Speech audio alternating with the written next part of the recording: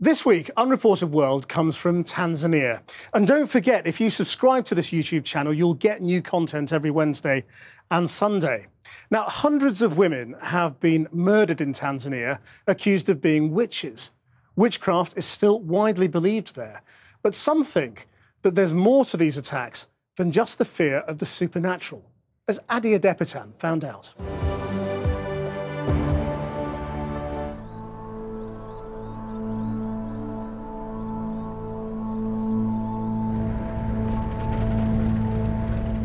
This is the Lake Victoria region of northern Tanzania.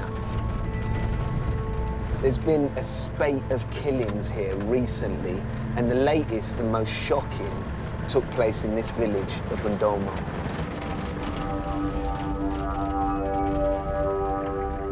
Just 6 weeks ago, in one evening, 5 women were put on trial here, accused of being witches. There's an eerie silence about this village. It's actually quite chilling. It's a village that normally has over 2,000 people here. You'd expect to see loads of people, but most of them have fled.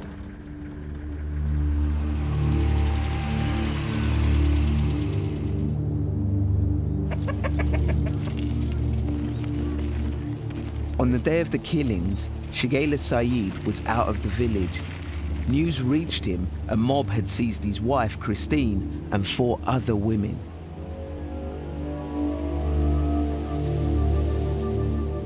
Do you know who the people were in this mob? It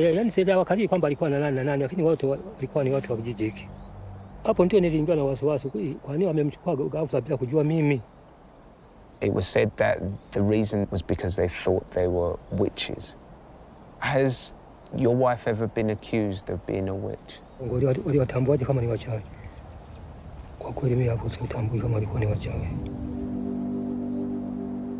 A makeshift court decided the women had used witchcraft to cause the death of a 4-year-old child. The crowd then killed the women and burned their bodies.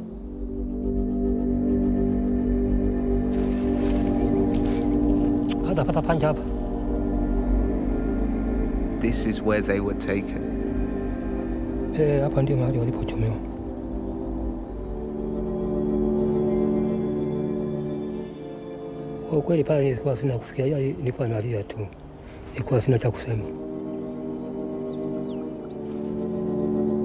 You're still in shock.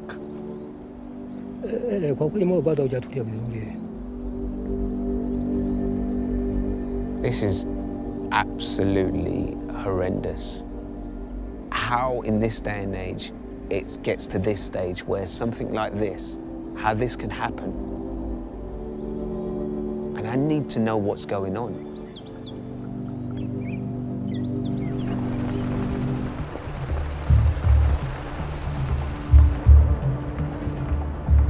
There's a witch hunt underway in Tanzania. At least 400 women were murdered in 2016, and 100 women have already died this year. The scale and the brutality of these witchcraft-related murders is shocking. I'm heading to where the witch hunt is most intense. Round Lake Victoria. Many people here believe that the spirits of the dead inhabit the lake and use witches to persecute the living. To this day, laws exist banning witchcraft.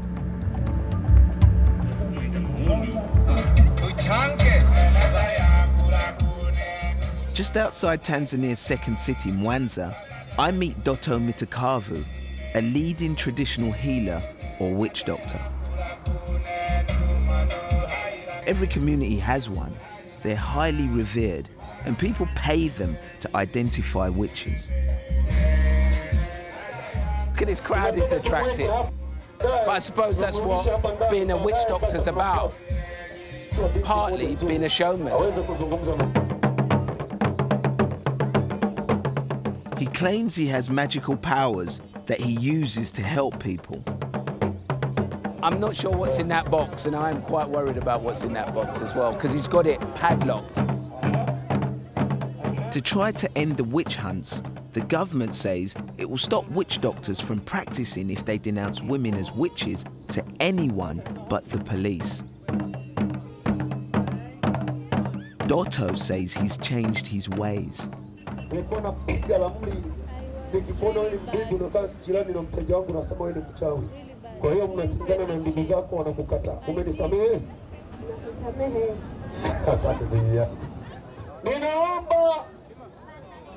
Naomba mnisamehe sana na ninaomba msamaha sana kwa wale wanafamilia ambazo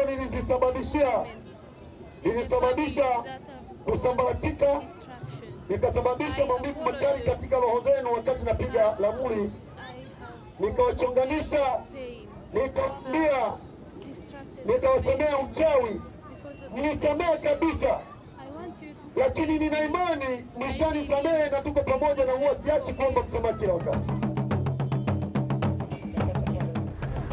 I head to Dotto's home. Now he's stopped identifying witches, Dotto says he makes his money from selling herbal remedies. It's like a chemist. You're a businessman. I want to know when he stopped accusing people of witchcraft. When was the last time you identified a witch? What has happened to the people who you have identified as witches? Kwamba watu waliwachukia wakawatenga, kwa hiyo wakawa hawako pamoja nao. Wanachukuliwa kwamba ni kikundi cha watu wabaya kwa sababu wanaharibu. Ukimchukiza, akikasirika, anaweza kukuua, anaweza kukuuguza, anaweza kukuwekea kitu chochote ukapata tajari hata nini. Pengine wewe ni una biashara labda ya duka akachukua.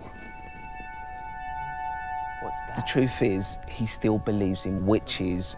I just can't help but think, how is it going to be possible for him and other people in this area to maintain their beliefs in witchcraft and the supernatural and not have the same horrible consequences that they've had in the past?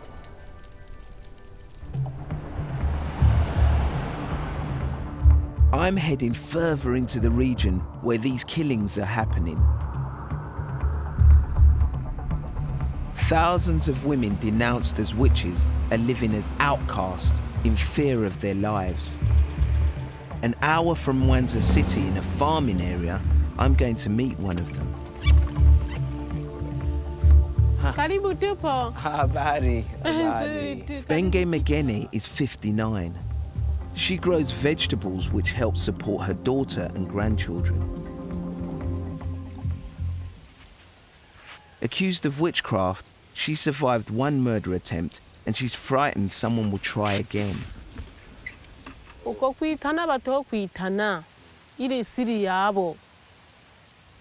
Benge says when her parents died, her brothers said she was to blame because she used witchcraft. One night, they broke into her home.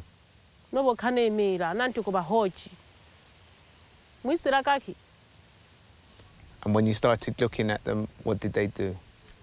It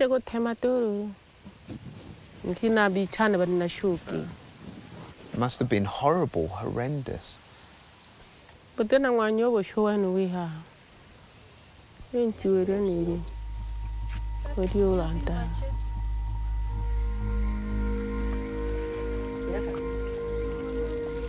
Benge only survived because her daughter got her to hospital where she needed 2 months of operations.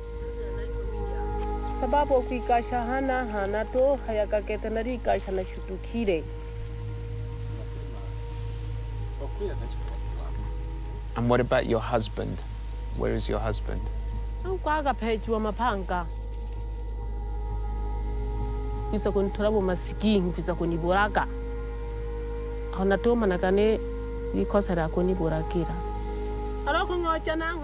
Benge's brothers deny all her allegations. She can't shake off the accusation of witchcraft. Her house is falling apart, but no one will help her repair it because they think she's a witch. I am still baffled and just wondering, how can the fear of the supernatural and of witches, you know, be so powerful and have such a hold on these villagers that it makes them want to destroy their own families and hack them to death?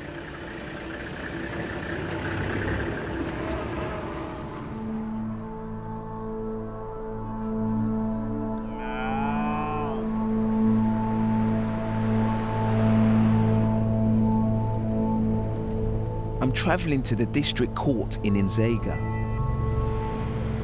There's been a big development in the killings of the 5 women.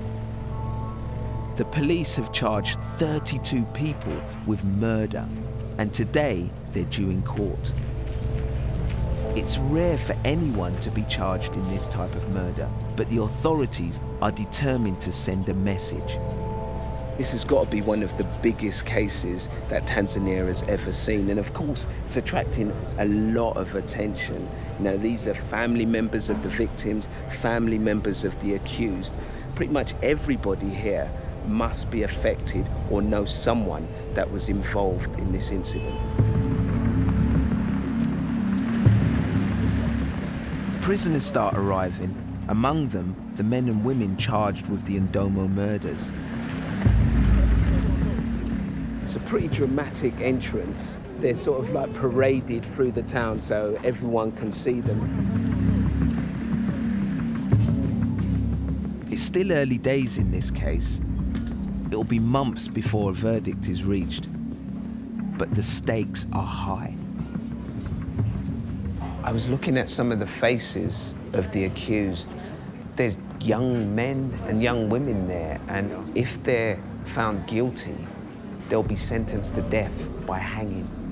The police have charged everybody they say was present at the murders. This includes many of the village elders. Shigela, the widower who'd shown me where his wife was burned, is watching proceedings. What went through your mind when you saw them arrive on the back of the truck?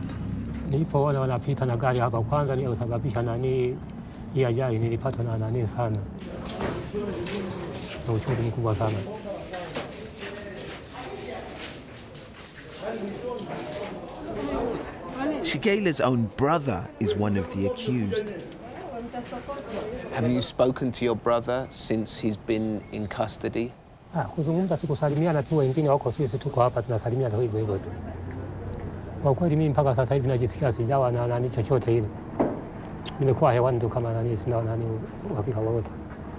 Asante sana. I really feel for Shigela because he's lost so much in the last 2 months.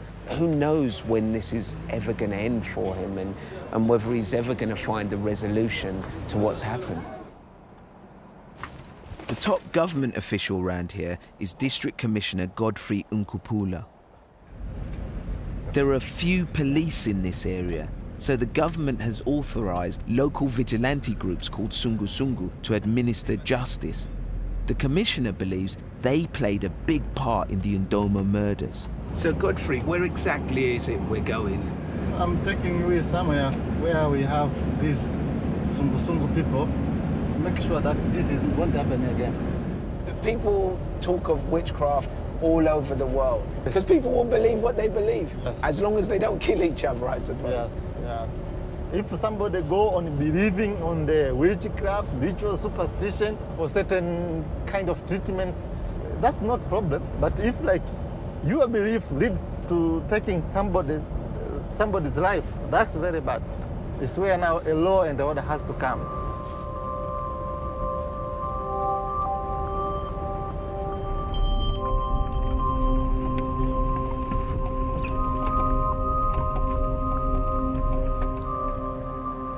Godfrey is visiting every village, telling the Sungu Sungu vigilantes that they don't have the right to kill women they believe are witches. All of these people here are part of the Sungu Sungu, and their job is to police this community. The district commissioner has got 2 loudspeakers because he really wants to make sure that his message is heard. Kwa hiyo katika ratiba zangu za Sungu Sungu, na hasa hii kama kata inkiliziwa na vijiji vingine, sina shida na nyinyi. tukio lile lilikuwa ni tukio baya, na nataka mpate picha hiyo hiyo. Naonyesha sasa hivi nimetukia, natamani hata nyinyi mtukie kwa sababu mnafahamu. The problem for the district commissioner is that in most villages, because there are so few police, the sungu-sungu are the only law there is. Don't you think it would be better if there was just one police force, so the people in the villages have one layer of authority? We have 500,000 people here in the district. Just think how many police force you can have so as to protect all the people. It's actually, and the police force normally are paid, and you have like to pay them, have them salaries. This is going to be very much expensive.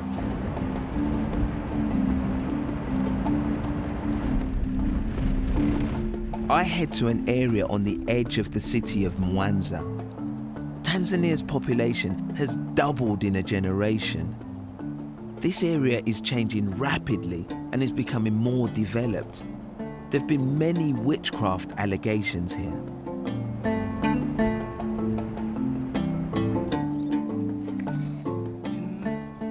Habari. Welcome to Nyangomangu. Godriver Kadala is the secretary of this group. Local women, terrified by the epidemic of killing, have banded together.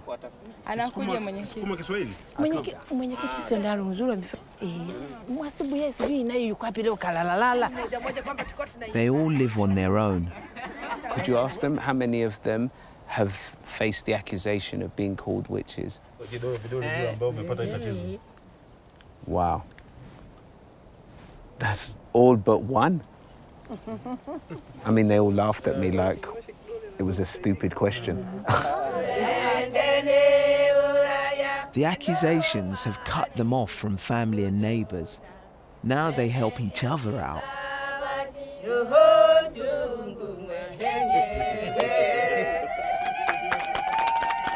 Sababu tu siku ya kukaa kwenye kikundi tunabadilishana mawazo, ni hivyo hivyo mwisho tutasonga mbele.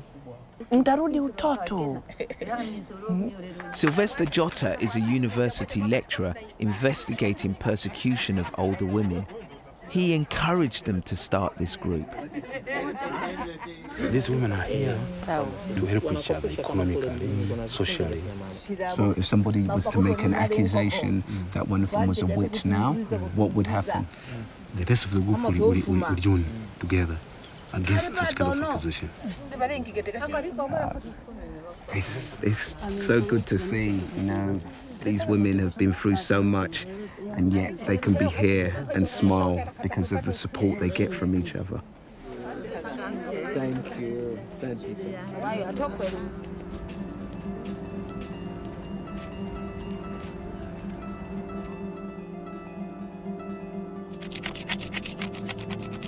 I catch up with Godriver at her house. Her children have moved away for work and she's bringing up the grandkids. She believes she was denounced as a witch because some of her family wanted to frighten her off, claiming her inheritance. Mchawi si ni mtu mbaya anayepoteza maisha ya watu. Ndio jina nililoitwa hilo mimi, mchawi na mama. Why would your mother accuse you of being a witch? Marehemu baba pale amefariki akaacha mashamba eka kama 40 hivi. Ni kwamba nikatisha tamaa mimi nisidai haki ya wazazi. So this is the land that's caused all the conflict between Godriver's family. It's a vast bit of land actually for a village like this, and yeah, it must be worth a lot of money.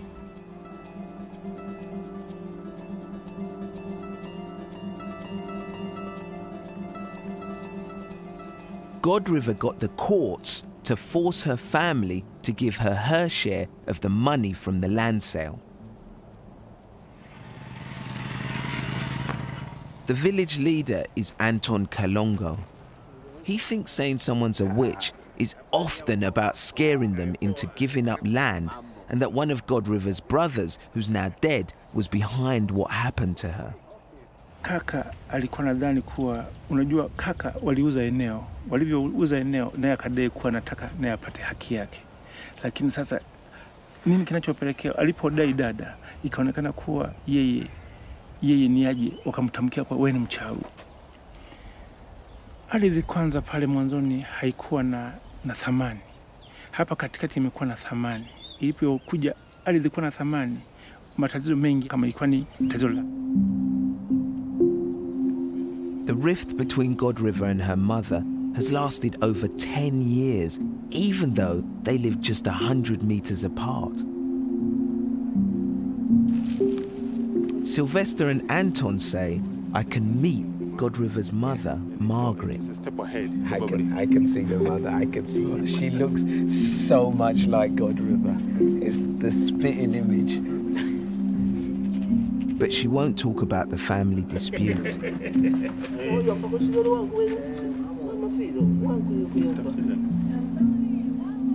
As I leave the village, I bump into God River. She tells me that despite all that's happened, she still wants to make up with her mother. Ya sababu mimi nimetoka kwenye mwili wake. Ninaumia sana ninapokuwa niko mbali na yeye kifikra, wakati yeye ndo mtengenezaji wangu. We're hoping that maybe one day you and your mother will be reunited and you'll be a family again. It would be nice. Na mimi ninapenda iwe hivyo pia. You go to your meeting. Bye bye. Bye bye. God River is very forgiving. It seems pretty clear this witch hunt was largely about money. And it reminds me of what's happening all over the world. You know, it's that fight for land and it's that population growth, and people use unscrupulous methods to get what they want. But the difference is, here in this village, the accusation of being a witch and the word witchcraft holds so much power, it's being used as a weapon. I head back to see Benge, who lives in fear of another attack. The last time I was here, she told me that she needed a new roof, and after being accused of being a witch, none of the other villagers would help her. Well, a local NGO called Maparete have offered to build her a totally new roof, and I know she's loving it though, she's very happy. Plenty of Tanzanians are appalled by the persecution of older women and are trying to help them. These guys are community workers and builders from the nearby town of Magu. They've given up their Sunday afternoon to repair Benge's house. New roof? What do you think?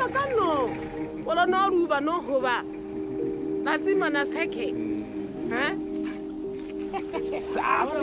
Safi kabisa. Poa. Poa kabisa. Hamna tabu. Nureki sampura nururero na remula hatu.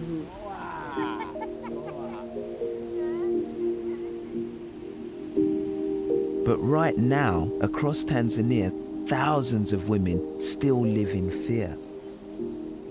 Shortly after we filmed with Benge, a woman who lives nearby was accused of being a witch and attacked.